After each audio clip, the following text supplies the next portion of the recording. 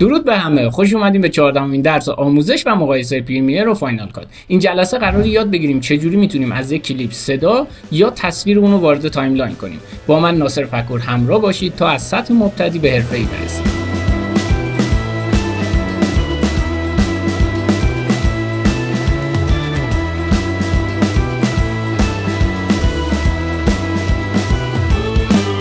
اول از همه یک کلیپ رو سلکت کنید و با زدن شورتکات آی و او بخشی از اون رو انتخاب کنید.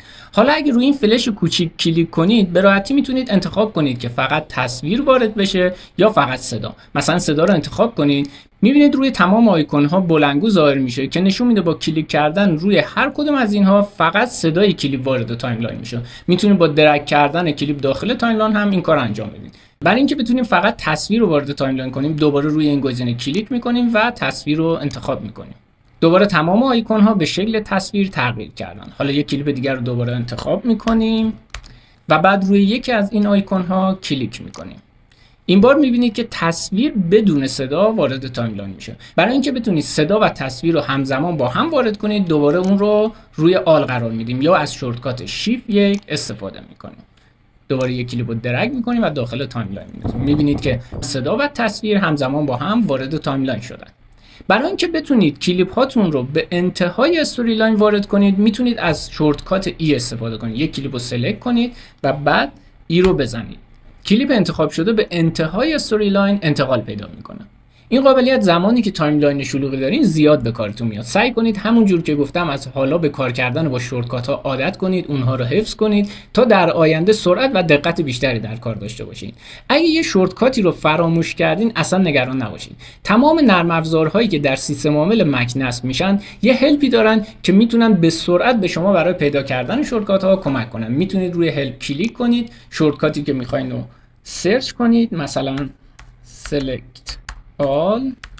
زمانی که موس رو روی اون نگه دارید به صورت اتومات نشون میده که اون شورتکات در کدوم بخش قرار داره و به راحتی میتونید اون رو انتخاب کنید. به طور کلی فاینال کات تمام شورتکات ها رو روی کیبورد به خوبی تعبیه کرده. مثلا همین بحث وارد کردن کلیپ ها داخل تایملاین که به راحتی و با تسلط کامل با یه دست میتونید تمام این شورتکات ها رو تحت کنترل بگیرید. حالا در آینده بهتون میگیم که چجوری میتونید شورتکات ها رو تغییر بدید و به اسم خودتون ذخیره کنید. بریم سراغ پریمیر.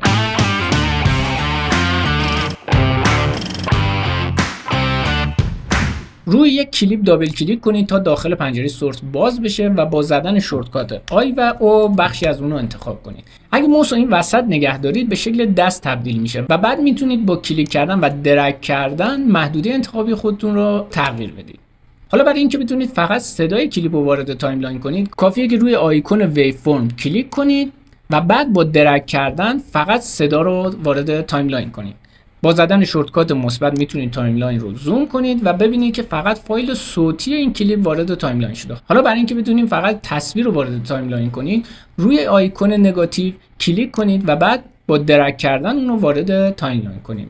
میبینید که این بار فقط تصویر وارد تایملاین شد. حالا برای اینکه بتونید همزمان صدا و تصویر رو با هم وارد تایملاین کنید روی تصویر داخل پنجره سورس کلیک کنید و اون رو درگ کنید و داخل تایملاین رها کنید. اگر رو آیکون ویو فرم سلکت کنید به راحتی بتونید اون بخش صوتی مورد نظر رو انتخاب کنید و با درگ کردن وارد تایملاین کنید.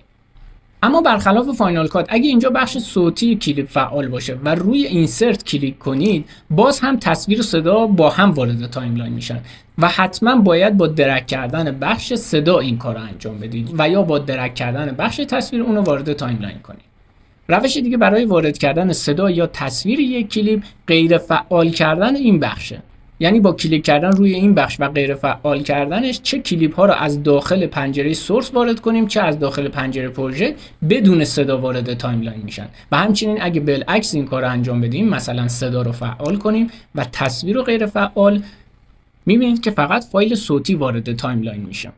میتونیم لاینی که قرار تصویر یا صدا داخل اون اینسرت بشم از همین طریق تغییر بدیم. مثلا با درگ کردن V1 یعنی ویدیو 1 به لاین بالاتر و همچنین صدا به لاین های پایین تر. حالا لاین ویدیو هم فعال کنید و بعد یک کلیپ رو اینسرت کنید داخل تایملاین.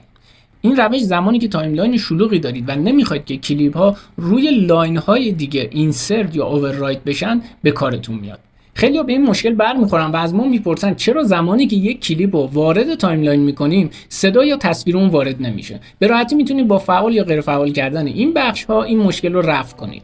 اگه زمانی شما به این مسائل برخوردید حتما برامون کامنت بذارید تا در ویدیو تکمیلی پاسختون رو بدیم. ویدیوهای ما رو برای حمایت با دوستانتون به اشتراک بذارید، لایک و سابسکرایب فراموش نشه و اگه میخواید از ویدیو جدید ما مطلع بشین زنگوله رو بزنید.